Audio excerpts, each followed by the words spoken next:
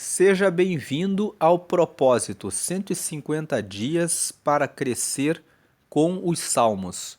Nesse propósito de 150 dias para crescer com os Salmos, nós estamos realizando a leitura diária de um salmo. O livro de Salmos, ele tem 150 textos, 150 composições. Cada salmo foi escrito por uma pessoa que tinha uma questão com Deus. Algumas pessoas estavam muito alegres e elas escreveram canções, escreveram salmos que são como hinos para honrar e louvar a Deus. Outras pessoas estavam passando por um momento de desolação, sentindo que estavam abandonadas. Então elas escreveram o salmo falando desse momento. Exemplo disso, o Salmo 13. Davi escreveu o Salmo 13 e ele escreveu lá: Até quando, Senhor, te esquecerás de mim? Para sempre? Até quando eu clamarei e o Senhor não me ouvirá? Então, esse Salmo 13 é um salmo em que houve uma composição falando disso. Depois, outros estavam presos em alguma situação difícil, como por exemplo inveja. Asaf escreveu o Salmo 73, falando assim: Eu olhei para os ímpios e vi a sua arrogância, o seu orgulho. Eles vestem o orgulho como se fosse um colar, e eles usam as roupas da arrogância como se fossem brincos. Quando você olha para eles, parece que nenhum mal lhes acontece. Então eu tive inveja dos ímpios, mas depois eu entrei no templo. Então olhei a tua glória e vi e entendi que o ímpio ele existe hoje, mas amanhã ele perece e depois ele não será mais nada. Então eu entendi e louvei ao Senhor. Então o Salmo 73 é um salmo em que Asaf, que é o autor, ele fala a respeito da inveja. Existem salmos que falam a respeito da confiança em Deus. Davi escreveu, por exemplo, o Salmo 37, onde ele fala assim: se entregue a Deus e tudo que você fizer será abençoado. E ele fala no capítulo não, o Salmo não tem capítulo. Você está vendo aqui na tela, Salmos capítulo 30. Mas o livro de Salmos não tem capítulo. Por que que não tem capítulo? Porque um salmo não é a sequência do salmo anterior. Quando você lê um livro na Bíblia e ele é dividido em capítulos, ele é dividido em capítulos porque um capítulo é uma sequência do capítulo anterior. Mas o livro de Salmos, ele é formado por 150 textos, que são orações ou momentos individuais que cada salmista passou com Deus e que revelam a situação pessoal, individual, espiritual, específica de cada um deles, no momento em que eles estavam passando. Por exemplo, o Salmo 6, Davi fala assim: Já estou cansado de inundar a minha cama com as minhas lágrimas. Então ali ele está passando por um momento difícil em que ele não conseguia se levantar da cama. E cada salmo fala a respeito de uma experiência individual, pessoal, que o salmista estava vivendo e que ele estava falando com Deus. É por isso que nós estamos nesse propósito, 150 dias para crescer com os salmos. Nós, ao longo da vida, passamos por muitas situações. Existem momentos em que nós pensamos que Deus está longe, como Davi escreveu o Salmo 13. Mas o final do Salmo 13, ele fala assim: Mas eu ainda cantarei louvores ao Senhor. Então, a importância de você ler os Salmos e meditar nos Salmos é que nos Salmos nós vemos que as pessoas passaram por várias situações difíceis, mas sempre elas confiavam em Deus e sempre elas tiveram respostas de Deus. Elas passaram por situações difíceis, mas elas venceram as situações difíceis e no final elas permaneceram com Deus. Então, quando nós meditamos nos Salmos, eu posso estar passando por um tempo de desolação, em que eu me sinto sozinho, em que Deus está longe de mim. Mas quando eu leio o Salmo 13, eu vejo, Davi também passou por isso, mas ele honrou a Deus no final. Eu posso ter inveja de alguém, e quando eu leio o Salmo 73, eu vejo, eu não sou o único. Asaf também teve esse sentimento, e ele era o líder de louvor no templo. Então, nós vemos ali que pode ser que eu olhe para alguém e pense, a pessoa só faz coisas erradas e ela só prospera. Mas para onde vai a alma dela depois que ela se for desse mundo? Quando Asaf entrou no templo e ele viu a glória de Deus, ele compreendeu que tudo que se ganha nessa terra fica nessa terra. E que toda a presença de Deus que ele tinha por estar na liderança do louvor são coisas que o ímpio, aquele que só se preocupa com riquezas nessa terra, não vai experimentar. Por isso que o livro de Salmos, ele nos dá uma oportunidade de crescimento espiritual. Você lê um salmo, quando você está fraco, por exemplo, e você lê, por exemplo, o Salmo 18, ele fala assim: "O Senhor é o meu rochedo, ele é a força da minha salvação." Quando você lê o Salmo 18, ele fala assim: "O caminho de Deus é perfeito e a palavra do Senhor é provada, é o escudo para todos os que nele confiam." Quando você está sentindo que está em trevas, você lê o Salmo 27 e lá está escrito: "O Senhor é a minha luz." Então você aprende dia a dia na meditação dos Salmos a ter um relacionamento mais profundo e íntimo com Deus. Por isso, a meditação dos Salmos nos traz crescimento espiritual. Agora, falando sobre os Salmos, o livro de Salmos, no hebraico, ele se chama Tehillim. Se escreve Tehillim. Tehillim. E Tehillim quer dizer louvores. Então, para os judeus, quando você fala de Salmos, eles falam, o livro dos louvores. E eles chamam de livro dos louvores porque todos os salmistas louvam a Deus. Eles falam das situações da vida que passaram e sempre louvam a Deus, independente das circunstâncias, seja em desolação, em abatimento, em tristeza, com algum pecado, eles sempre estão se relacionando e falando com Deus. E o livro de Salmos, como nós falamos, não tem capítulos. Cada salmo é uma composição diferente. Inclusive, existem salmos que foram escritos em tempos variados. O Salmo 90, não existe uma ordem na escrita dos salmos. O Salmo 90, ele está lá, no número 90, mas ele foi escrito por Moisés. E o Salmo 3, o Salmo 4, o Salmo 5 foram escritos por Davi. E Davi viveu muito tempo depois de Moisés, mas os primeiros salmos da Bíblia foram escritos por Davi.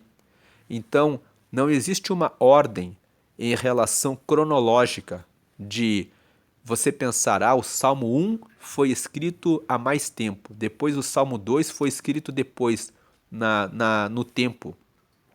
Os salmos, eles foram sendo reunidos pelo povo judeu e depois eles fizeram uma coletânea, uma coleção dessas composições e formou-se o livro dos Salmos. Então, existem algumas partes do livro de Salmos que são organizadas. Quando nós chegarmos lá no Salmo 133, por exemplo, Salmo 133 até o Salmo 139, eles formam um conjunto de salmos que são louvados, que eles louvam em épocas específicas. O Salmo 120 até o Salmo 128 faz parte do Cântico dos Degraus, que quando o povo, sobe para Jerusalém para celebrar a Páscoa, para celebrar as festas judaicas, eles cantam esses salmos, do 120 até o 128. E por isso que eles são chamados de Cântico dos Degraus, porque Jerusalém fica numa subida, então quando eles vão subindo, eles vão louvando aqueles salmos.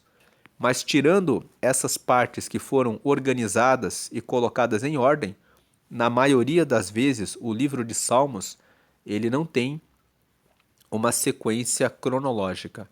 E mais uma vez falando, você está vendo na tela, Salmos capítulo 30. Salmos não tem capítulo. E Salmos no plural fala do livro, da coleção. Quando você quer falar do Salmo 30, o correto é falar Salmo no singular, Salmo 30, porque você está falando a respeito do Salmo 30. E você pode falar também Salmo de número 30, porque ele está nessa classificação, no número 30. Agora, vamos meditar no Salmo 30. O Salmo 30, eu coloquei aqui 3 cores. A primeira cor que eu coloquei é laranja, o verde fala a respeito de Deus. Então nós temos aqui no Salmo 30 2 momentos.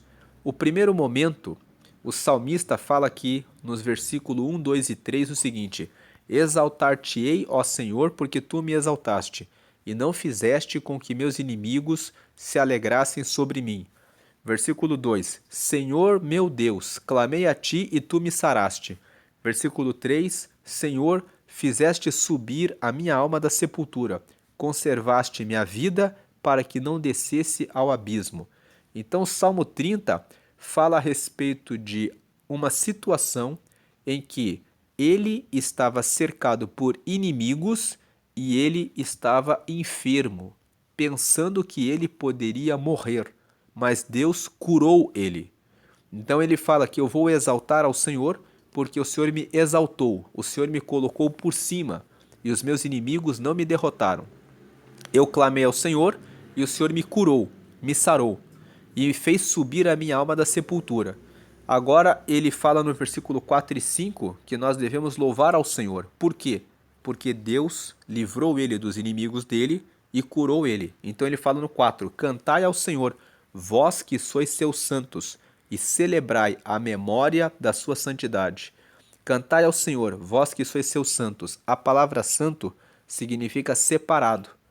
Todo aquele que segue a Deus se separa do mundo, se separa do pecado e faz o que está escrito na Bíblia. Então ele fala: cantai ao Senhor, vós que sois seus santos. Se você se separou para seguir a Deus, cante ao Senhor e celebrai a memória da sua santidade, ou seja, comemorem a memória da sua santidade. Deus tem santidade. Dizer que Deus tem santidade significa dizer que ele está separado do pecado. Ele está lá no céu, nas alturas. Ele está totalmente separado das coisas dessa terra. Quando nós falamos celebrai a memória da sua santidade, ele está dizendo: comemorem que o nosso Deus mora nas alturas. Ele tem santidade, ele está separado da terra. Ele é elevadíssimo, ele é o Todo-Poderoso. Então ele fala: cantai ao Senhor, vós que sois seus santos, vocês que seguem a ele, e comemorem a memória. Quando vocês lembram, quando vem na memória quem é Deus, que ele mora lá em cima, no alto, que ele tem santidade, comemorem isso. Por que comemorar? Celebrai a memória da sua santidade. Porque nós temos um Deus que é todo-poderoso.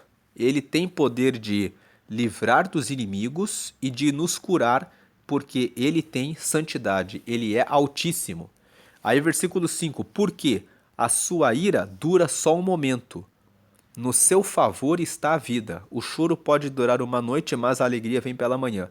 Ele está dizendo: ele é todo-poderoso, mas, veja, apesar dele ser todo-poderoso, ele tem a ira quando nós erramos, que dura só um momento. No seu favor está a vida.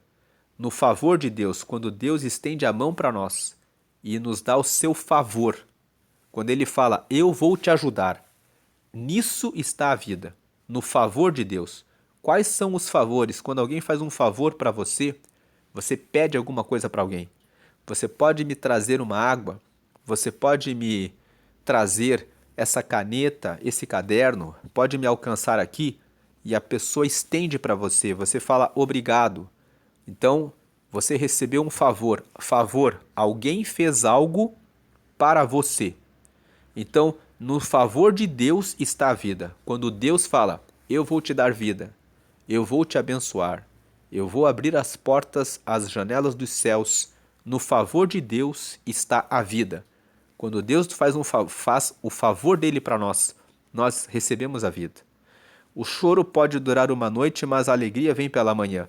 Então você pode chorar uma noite, mas como Deus é bom, a alegria com certeza vai vir pela manhã.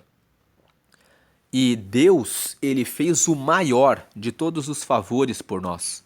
Nós estávamos longe de Deus. A ira de Deus estava sobre todos nós, porque nós somos pecadores. E Deus, ele fez um favor. Enviou Jesus para assumir a forma humana, morrer por nós na cruz, e pelo sangue dele nós recebemos o perdão dos nossos pecados. Então, você já recebeu esse favor? Imagine que você está com sede, mas você não tem coragem de pedir água. Mas uma pessoa vê que você está com sede e percebe, e ela pega a água e coloca na sua frente e fala: beba dessa água e você vai matar a sua sede. E aí você escolhe não beber a água, porque você fala assim: depois eu pego, porque eu não quero o seu favor. É assim que as pessoas agem quando elas não aceitam Jesus. Nós somos pecadores. Nós somos sedentos pela palavra de Deus e nós temos sede de ter vida. Mas Deus, vendo a nossa morte, enviou Jesus, que é a água da vida, que é o pão da vida, que nos dá alimento espiritual, que mata a nossa sede espiritual, para morrer na cruz por nós, e ele deixou a nosso favor poder comer desse pão e beber dessa água da vida. Jesus conversou com uma mulher que estava tirando água num poço, que era uma mulher samaritana. Você pode ler essa história em João, capítulo 4. E aquela mulher tinha tido 5 relacionamentos, todos frustrados, e ela estava no 6º relacionamento e ela ainda não estava casada. E Jesus vai para aquela mulher e fala: ei mulher, você está tirando água do poço, mas se você falar comigo eu posso te dar a água da vida, que vai preencher a sua alma. E aí ela disse: me dá dessa água. Aí Jesus fala para ela: traga o teu marido aqui. E ela fala: eu não tenho marido. E aí Jesus fala para ela: é verdade, você já teve 5 maridos e agora você está morando com o 6º e ele também não é o seu marido. Você já morou com 5 homens e eles não eram teus maridos. E agora você está vivendo com o 6º que também não é teu marido. E aí ela fala assim: eu vejo que você é profeta, porque ela não tinha falado nada da vida dela para Jesus, mas Jesus trouxe a revelação da vida dela, da história dela. E aí Jesus disse para ela que aquele que adora a Deus em espírito e em verdade pode acessar a água da vida. Ele fala assim: Deus é espírito e importa que os seus adoradores o adorem em espírito e em verdade. João capítulo 4, versículo 23. Então você pode ler lá essa história, e essa história nos fala que no seu favor está a vida. Você quer aceitar o favor de Deus? Tem pessoas que estão sofrendo muito, mas elas não aceitam Jesus. Elas não querem o favor de Deus, que é Jesus, que quando você recebe Jesus, você recebe o Espírito Santo, que é a alegria de Deus. Mas tem pessoas que não querem, elas querem continuar com sede. Deus enviou Jesus e está colocando um copo de água na sua frente, dizendo: aqui está a água da vida. Mas a pessoa está recusando, está dizendo: eu não quero o seu favor. Eu quero pegar a água e matar a minha sede com a minha própria força. Então a pessoa procura na pornografia, no adultério, na prostituição, na mentira, na corrupção, na jogatina, na bebida, nos amigos, que depois, quando você não tem mais nada, eles desaparecem. Ainda alguns dias atrás, conversava com um homem, já de cabelos brancos, e ele estava chorando, porque ele disse que os seus amigos pararam de frequentar a casa dele. E ele estava contando que ele teve alguns reveses na vida financeira, que ele sempre dava churrascos. No domingo, então, a casa sempre estava cheia. Mas quando acabou o dinheiro para ter o churrasco, todos os amigos foram embora.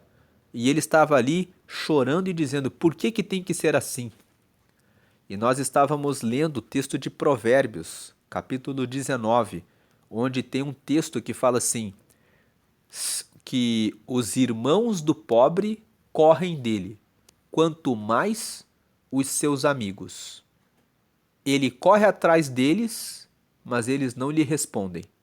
Então nós lemos esse texto de Provérbios 19 que fala sobre isso, e ele: mas por que que tem que ser assim? Um homem de cabelos brancos, não conformado em ver que os seus amigos o abandonaram porque não há mais o churrasco, não há mais a questão financeira, a questão favorável. Então ele estava ali chorando e estava olhando e questionando Deus, quando na realidade ele não estava experimentando o favor de Deus. Ter o favor de Deus é ter Jesus como seu melhor amigo. Então, porque a sua ira dura só um momento, Deus viu que a humanidade estava no pecado, enviou Jesus e nos deu o seu favor. No seu favor está a vida. Jesus é o caminho, a verdade e a vida. Quando você aceita Jesus, que é o favor de Deus para nós, você recebe vida. E aí o choro pode durar uma noite, mas a alegria vem pela manhã. Aproveitando que nós falamos de Jesus, você já aceitou a Jesus? Você tem procurado preencher o seu vazio com coisas nessa terra? Você pode ter a água da vida a seu favor, o pão da vida que desceu do céu. Você pode ter a própria vida, que é Jesus. Jesus falou que quem crê em mim, ainda que esteja morto, viverá, porque eu sou a ressurreição e a vida. Ele tem a vida verdadeira e tem a vida eterna para dar a todos os que recebem a Ele. Se você crer que Jesus é o Filho de Deus, que Ele é o pão da vida que desceu do céu, que Ele é a água da vida, você pode aceitar Ele. Como que você aceita Jesus? Fazendo uma oração em que você pede para que Jesus seja o teu Senhor e o teu Salvador. Quando você pede isso em oração, Ele vai entrar em você, vai escrever o seu nome no livro da vida e vai te dar o Espírito Santo, e você vai receber o Espírito Santo que vai ocupar o seu coração, o seu ser, e você vai ser um santo, separado para louvar a Deus, como nós lemos no versículo 4. Olha o 4 ali. Cantai ao Senhor, vós que sois seus santos. Santo é aquele que se separou para Deus. Quando você aceita Jesus, você vai cantar ao Senhor, você vai ser o seu santo. E celebrai a memória da sua santidade. Você vai celebrar, comemorar na sua memória, na sua lembrança, que quando você aceita Jesus, você tem Deus, o Pai, que está lá no céu, na sua santidade. Ele está, a palavra santo, santidade, quer dizer separado. Então ele está separado, ele está nas alturas, muito separado dessa terra. Então você tem um Deus que é Pai e que está lá nas alturas, te guardando e te protegendo. Se você quer aceitar a Jesus, faça essa oração comigo. Diga assim: Senhor Jesus, eu te aceito como meu único Senhor e Salvador. Escreve meu nome no livro da vida e me dá o teu Espírito Santo para me guiar até o céu. Amém. Com essa oração que você fez agora, você aceitou a Jesus. Você recebeu o Espírito Santo. O seu nome foi escrito no livro da vida. O livro da vida você pode ler lá em Apocalipse, capítulo 20. É o último livro da Bíblia. No capítulo 20 fala que existe o livro da vida, onde estão os nomes dos que receberam Jesus. E agora que você aceitou ele, o seu nome está lá. E agora que você aceitou Jesus, você foi perdoado dos seus pecados. E sempre que você pecar por algum deslize, nós pecamos. Até o último dia da nossa vida nós vamos pecar, porque nós somos pecadores. Mas nós pecamos não por intenção, mas porque às vezes deixamos de fazer alguma coisa, de repente ficamos nervosos, olhamos para alguém, de repente com alguma inveja, bem, eu queria ter aquilo e não tenho. Essas coisas são pecado porque elas nos fazem olhar para as coisas dessa vida, quando o nosso objetivo é, nós fomos criados para adorar e glorificar a Deus. Então, o correto é sempre agradecer pelo que temos e nunca olhar para o que os outros têm e cobiçar. Mas às vezes, no dia a dia, nós acabamos cobiçando, querendo alguma coisa que é dos outros. Então, quando olhamos, mesmo que sem intenção, e cobiçamos, já cometemos o pecado. Mas quando você aceitou a Jesus, você sempre pede, perdoa Jesus, porque eu errei agora. E imediatamente o sangue de Jesus te limpa daquele pecado. Então, esse é o favor do Senhor. Essa é a primeira parte do Salmo 30. Ele pede, ele exalta ao Senhor porque o Senhor o livrou dos seus inimigos, ele estava doente, ele pediu a cura e ele recebeu. Então ele fala, cantai ao Senhor, vós os santos, e lembrai, celebrai a memória da sua santidade. Ou seja, Deus está lá em cima. E também comemorem porque a ira dele dura só um momento. Ele está dizendo aqui, ó, eu estava doente porque Deus estava chateado comigo, estava irado, mas ele me curou agora. Então, a doença que eu sofri, a ira de Deus ficou só um momento. No seu favor está a vida. Quando Deus estendeu a mão e curou ele, deu um favor para ele, ele falou, agora estou novamente com vida. E o choro pode durar uma noite, ou seja, eu fiquei sofrendo por um tempo, mas a alegria vem pela manhã. Mas sempre tem um amanhã em que vai vir a vitória. Então, é essa a primeira parte. Agora, a segunda parte eu coloquei em roxo com verde. O verde sempre fala a respeito de Deus. Então, a primeira parte ficou laranja com verde porque é a primeira parte, é um tema. O tema dos inimigos e da cura, e Deus aqui no verde fazendo a obra, ele falando para glorificar a Deus porque ele recebeu a vitória. A segunda parte é o roxo com verde. O 6 é, eu dizia na minha prosperidade, não vacilarei jamais. Nessa segunda parte, o salmista conta que em um momento da vida ele ficou arrogante, orgulhoso, soberbo, prepotente. Ele olhava para ele mesmo e falava assim, eu sou forte, eu nunca vou tropeçar, eu nunca vou cair.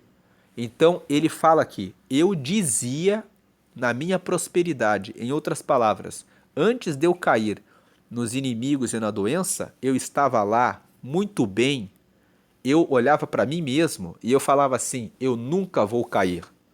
Eu dizia na minha prosperidade, não vacilarei jamais.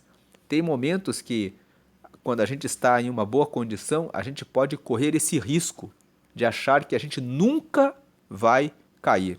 Se você está pensando assim, tome cuidado. Você pode cair, de repente, numa adversidade. Podem aparecer inimigos no seu caminho, pode aparecer uma doença, pode aparecer uma coisa inesperada na sua vida.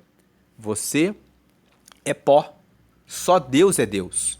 Então, aqui ele está confessando, eu dizia na minha prosperidade, não vacilarei jamais.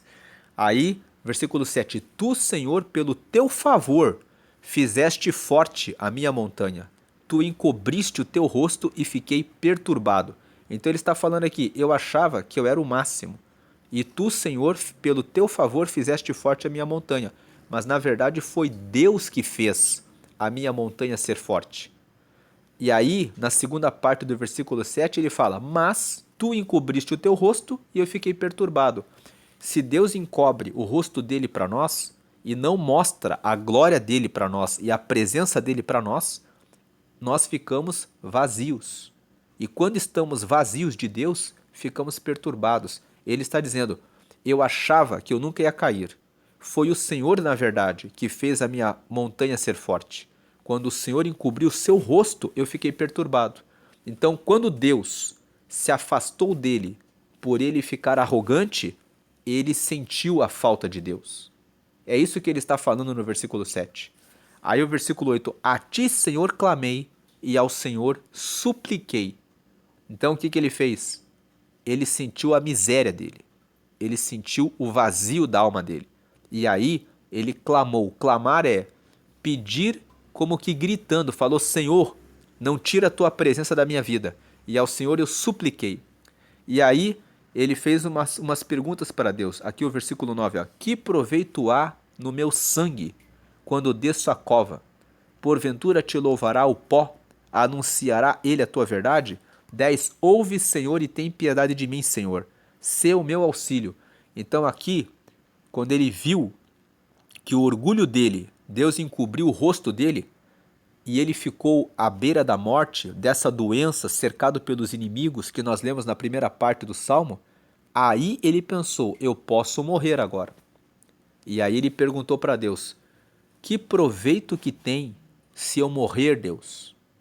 O pó não pode louvar o Senhor. Então ouve e tem piedade de mim. Seja o meu auxílio. Aí ele se humilhou e pediu para Deus ajudá-lo. E aí Deus respondeu. Veja o versículo 11. Tornaste o meu pranto em folguedo. Ou seja, o Senhor transformou o meu choro em alegria. Tiraste o meu cilício e me cingiste de alegria. Cilício quer dizer amargura. O Senhor tirou a minha amargura e me cingiu, me vestiu de alegria.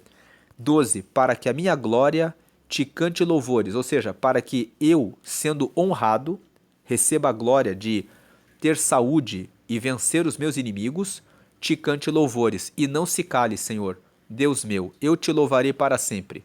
Então, o Salmo 30 mostra que o salmista, ele caiu numa situação de ficar cercado por inimigos e de doença.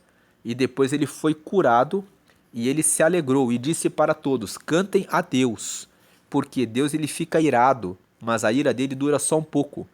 No favor de Deus está a nossa vida. Em Deus olhar para nós e estender os seus favores para nós é que nós temos vida. Todo o bem que nós recebemos são favores de Deus. E ele falou, o choro pode durar uma noite, mas a alegria vem pela manhã. Por que aconteceu isso com ele? Porque ele dizia antes que ele nunca ia cair. Ele estava soberbo, orgulhoso. Então Deus, mas depois ele entendeu, foi o Senhor que fez forte a minha montanha. Quando Deus fechou o rosto, encobriu o rosto dele, aí ele sentiu o aperto na vida. E ele orou dizendo, Senhor, não adianta nada eu morrer. Se eu for para o pó, eu não posso mais louvar ao Senhor. Que é o versículo 9. Que proveito há no meu sangue quando eu desço a cova? Porventura te louvará o pó? Anunciará o pó a tua verdade? Então ele pediu para Deus ouvi-lo, e aí Deus o ouviu. Transformou o choro em alegria. Tirou a amargura e colocou felicidade. E ele termina o salmo falando, o Senhor fez isso, versículo 12, para que a minha glória te cante louvores. E não se cale, Senhor, Deus meu, eu te louvarei para sempre. Então essa é a meditação do Salmo 30. Que Deus abençoe a sua vida, que você guarde essa palavra de nunca fique arrogante, orgulhoso, soberbo, pensando que você pode mais do que verdadeiramente pode. É Deus que nos dá vida e são os favores dele. É o favor de Deus que revela a bondade de Deus. Todo o bem que nós vivemos são os favores de Deus. O maior favor que Deus fez por nós foi entregar Jesus para morrer por nós na cruz. Esse foi o maior de todos os favores de Deus. Mas todos os dias Ele nos dá os seus favores. Quando nós acordamos e respiramos, quando temos saúde, quando temos nossa família, quando temos a nossa cama, quando temos sono, apetite, quando podemos caminhar, quando temos saúde, todas essas coisas são os favores de Deus. Quando estamos alegres, quando podemos ver um pássaro, quando podemos ouvir o canto do pássaro, quando podemos ver o céu azul, todas essas coisas são a bondade, o favor, os favores de Deus sobre nós. E se você está passando por um tempo de escuridão, o choro pode durar uma noite, mas a alegria vem pela manhã. Que você possa louvar sempre ao Senhor. O salmista aqui fala de um momento de arrogância, mas também de um momento de doença e de ficar cercado por inimigos, e que Deus o livrou e exaltou a cabeça dele sobre os inimigos, Se você está cercado pelos inimigos, o Senhor pode levantar você e mostrar para eles que você está com ele. No Salmo 23, no versículo 5, fala isso. Preparas-me uma mesa na presença dos meus inimigos. Davi, que escreveu o Salmo 23, estava pedindo para Deus: coloca uma mesa para os meus inimigos sentarem comigo e verem que eu estou bem. É isso que Deus faz. Ele exalta sobre os inimigos e ele tira a alma da sepultura. Aqui o salmista, por causa do seu orgulho, ele pensou que ia morrer, porque ele pegou uma doença que não fala qual era a doença, mas ele sentia que ia para a morte. Então ele orou a Deus e falou: que proveito há para o sangue que vai para a sepultura? O pó não louva a Deus. Mas ele fala aqui no versículo 3 que o Senhor fez a minha alma subir da sepultura e me conservou a vida para que não descesse ao abismo. Deus o levantou. A ira de Deus dura só um pouco e no favor dele está a vida. Vamos agradecer a Deus, Senhor. Te agradecemos por essa palavra. Te honramos porque as suas misericórdias são infinitas, porque a sua ira dura só um momento e o Senhor nos perdoa. E o Senhor deu Jesus para morrer em nosso lugar e derramar salvação sobre a nossa vida. Então que o Senhor permaneça conosco e nos traga vida sempre até a eternidade. Amém. Uma última palavra. Você que aceitou a Jesus, entre em uma igreja, em uma comunidade de fé e procure informações sobre o batismo nas águas.